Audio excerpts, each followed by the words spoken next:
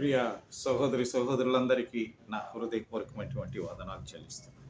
ఈ సమయంలో ఐజయ్యా గ్రంథం 58వ అధ్యాయము 10వ వచనం చదువుకుందాం. ఆశించిన దానిని ఆకలిగొనిన వానికి ఇచ్చి శ్రమపడిన వానిని తృప్తిపరిచిన ఎడల చీకటిలో నీ వెలుగు ప్రకాశించును, అంధకారము నీకు మధ్యాహ్నము వలె నుండును అని వ్రాయబడి ఉంది.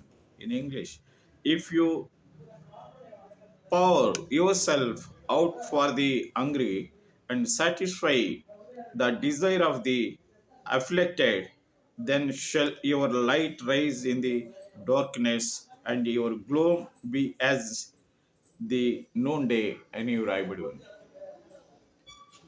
నా ప్రియమైనటువంటి సహోదరి సహోదరులారా, ఈ దినం మనం ఆశించిన దానికంటే ఆకలిగొనినటువంటి వారికి ఇచ్చి శ్రమపడి వారిని తృప్తిపరిచితే మన యొక్క చీకటి యొక్క బ్రతుకు వెలుగులో ప్రకాశించునని వ్రాయబడి ఉంది. అది మనకు అంధకారంలో మనం ఉన్నప్పటికీ కూడా అది మధ్యాహ్నం వల్లే మనకు ఉంటుందని దేవుడు సెలవిస్తున్నాడు. దేవుడు వారికి దీవించును గాక.